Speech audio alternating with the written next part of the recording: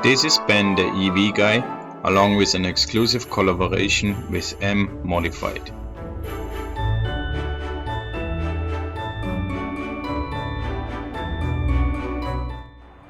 What's up everyone, this is MModified with another 60-second product review. Today we have the retractable trunk cover.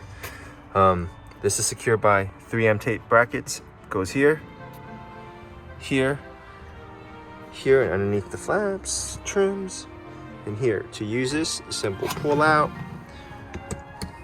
clips into the little inserts. Just like that, replaces the actual trunk cover. Comes in two finishes. I have the black leather and the carbon fiber. You can easily just go ahead and lift this off. As such, you see how it just drops into those units. This is a must-have, not at the current price point. If it was about $130, $140, I would say so. Otherwise, it's actually a really solid unit. I'm using it right now. And FYI, you see this carbon fiber one? Well, that's gonna be part of a giveaway next. Happy holidays.